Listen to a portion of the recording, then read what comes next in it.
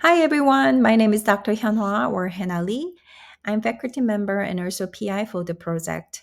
I'm with the School of Nursing, University of Nevada, Las Vegas. Today, my team will present the impact of 2-week dual task exercise on saliva microRNA expression and cognitive psychological functioning in Asians and Pacific Islanders with a history of mild traumatic brain injury. Background and objectives.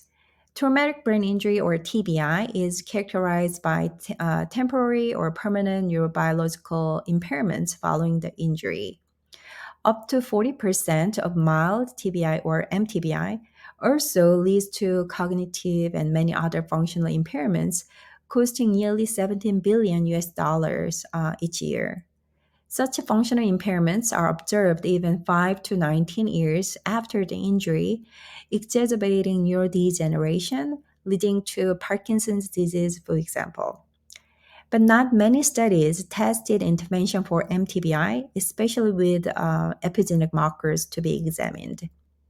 We developed a 2-week cognitive walking dual task daily brain exercise, which is home based on 2009 Sestapado team's protocol, and we tested the impact of the DBE on cognitive and psychological functioning and saliva microRNA in Asian and Pacific Islanders, who is understudied population for mild TBI.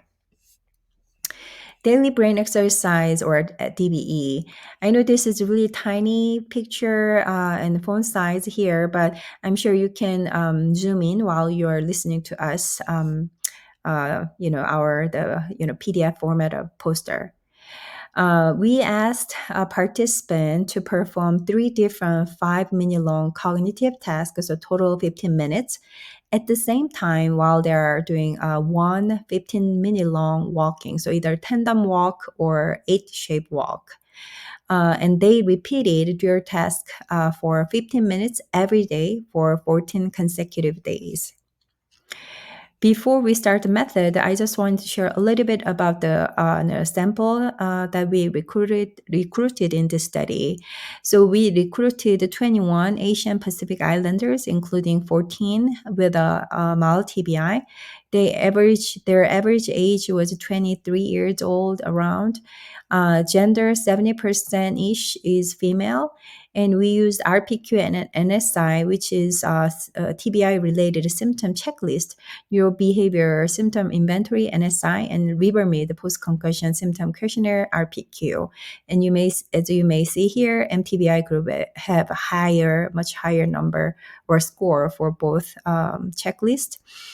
In MTBI group, half of them, 7 people, have a single injury history, and the other half is more than one, so multiple injuries. The average time since their last injury was 4.64 years. And the most frequent reason for injury was sports activities. Hello, I'm Dr. Park, a postdoctor at Yonsei University College of Nursing in Korea. I will talk about our research methods and results of cognitive and psychological function. Let's start with the study design. Our study design was the pre- and post-test with mild traumatic brain injury and control groups.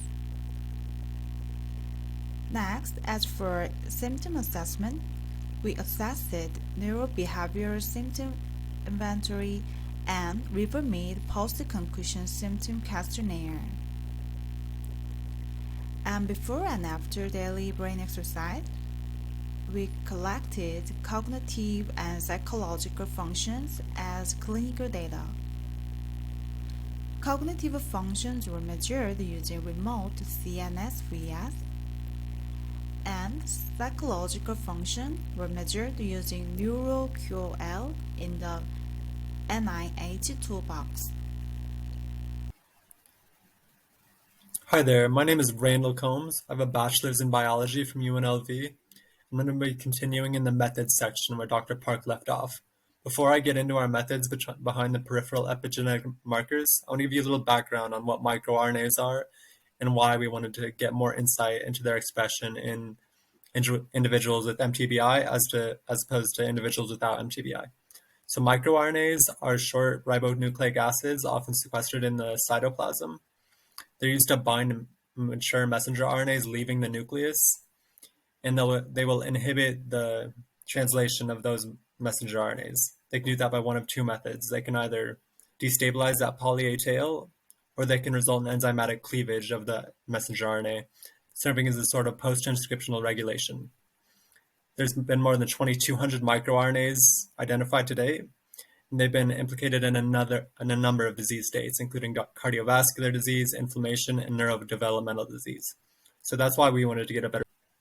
So now continuing on to saliva collection.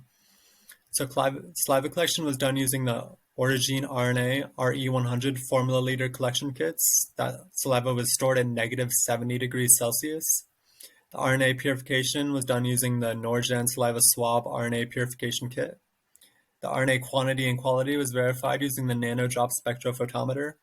The average A260 over A280 ratio was 1.84. And then we went on to sequencing. So that was done with NanoString, the nCounter Human V3 microRNA expression panel. All RNA passed associated quality checks and the limit of detection threshold. Next, for data analysis, we used SPSS version 28.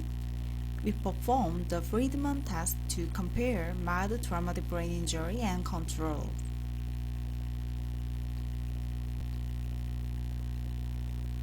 Finally, I will talk about our study results.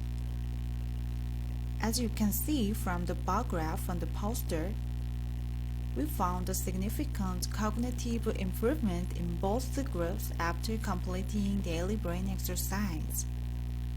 For example, cognitive flexibilities and executive function significantly improved in both the groups. Especially, what we want to emphasize is, only in the mild traumatic brain injury group, psychomotor and processing speed were additionally improved. Also, we found a decrease in depression and sleep disturbance among the psychological functions only in the mild traumatic brain injury group.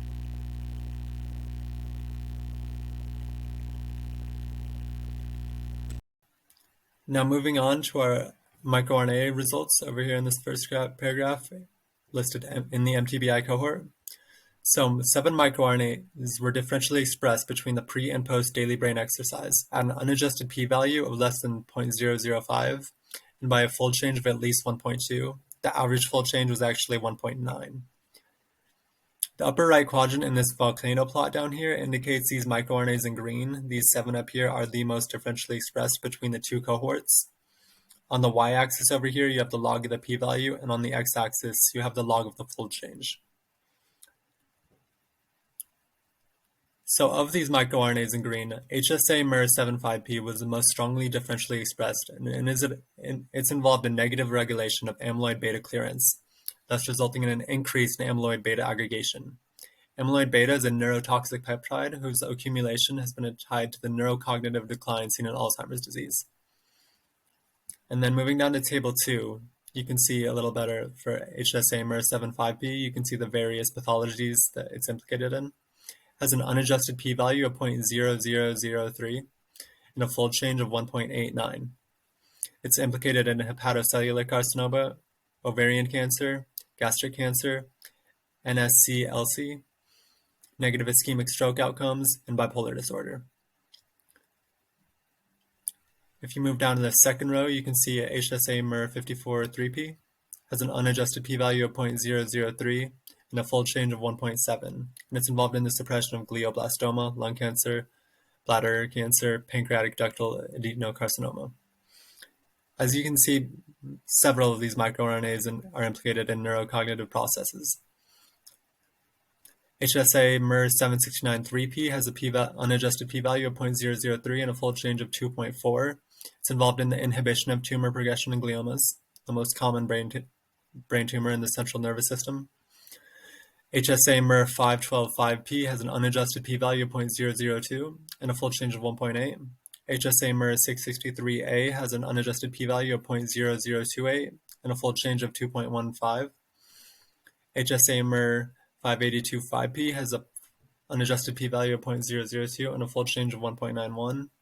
HSA-MER 374B5P has an unadjusted p-value of 0.0029 and a full change of 1.4. Hello, my name is Ian Nam. I am a first-year medical student at UNLV Kerkorian School of Medicine. There are 5 genes that are affected by the microRNAs, and they are SETD5, NFIB, FOXP1, ZNF148, and AP1G1. SETD5 gene product may function as a histone methyltransferase, and mutations to the gene may result in an autosomal dominant form of intellectual disability. An associated disorder is autosomal dominant 23 form of mental retardation. NFIB gene product is an RNA polymerase II specific DNA binding transcription activator. An associated disease is macrocephaly acquired with impaired intellectual development. FOXP1 gene product regulates genes involved in tumor suppression. An associated disorder is mental retardation with language impairment with or without autistic features. ZNF148 is a member of Kruppel family of zinc-finger DNA binding protein. Increased expression will result in decreased patient survival rates from colorectal cancer. An associated disorder is global developmental delay. Finally, AP1G1 gene product is used for Kerkorian-coated vesicle assembly. Loss of function of AP1G1 is associated with Usmani-Raya-Zaren syndrome with global speech and developmental delay. A commonality of the gene is impaired intellectual development associated with developmental delays. Loss of function of the genes or aberrant expression of the genes may lead to impaired intellectual development. Because our results are associational, we don't know exactly how or if our microRNAs are affecting the genes that are mentioned. Discussion and conclusion. Our study has many limitations, including small sample size, and this was very first preliminary study with a DBE. But we found our DBE program, home-based dual task cognitive walking exercise, was feasible and efficient to improve cognitive and psychological functions, especially in Asian Pacific Islanders with MTBI. And their average time since last injury was 4.6 years. We also observed 7 saliva microRNA were differentially expressed post-DBE in MTBI group only at an unadjusted p-value less than 0.005. And these microRNA appear to regulate neurocognitive development and related diseases. Even though the statistical significance of this finding is quite limited by small sample size and the large number of microRNA tested, because our nanostring assay has more than 900 human microRNA were probed. We were able to associate the objectively measured psychological, cognitive and psychological functioning changes after DBE with the neurocognitive development related saliva microRNA expression. Further studies are needed with a large sample size and also with other ethnic groups. This study was mainly funded by 2019, 2021 American Psychiatric Nurses Association research grant. If you have any questions, please let us know. Thank you for your attention.